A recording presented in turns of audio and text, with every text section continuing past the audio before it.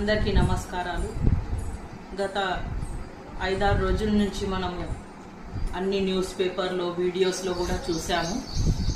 Conservancy materials కింద 50 లక్షల ఫండ్తో తెప్పించి మున్సిపల్ వర్కర్లకు ఇవ్వడానికి మెటీరియల్ మున్సిపల్కి వచ్చిందని మనము వీడియోలు మరి న్యూస్ పేపర్లో అన్నీ చూసాము.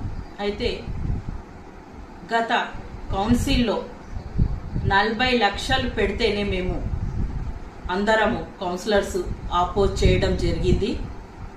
యాక్చువల్గా ఎన్నో రోజుల నుంచి కన్జర్వేటివ్ మెటీరియల్స్కి 5 లక్షలు 6 లక్షలు మా అంటే 10 లక్షలు మ్యాక్సిమం 15 lakhs 20 lakhs కావచ్చు, కానీ 40-50 లక్షలు మాత్రం కావు.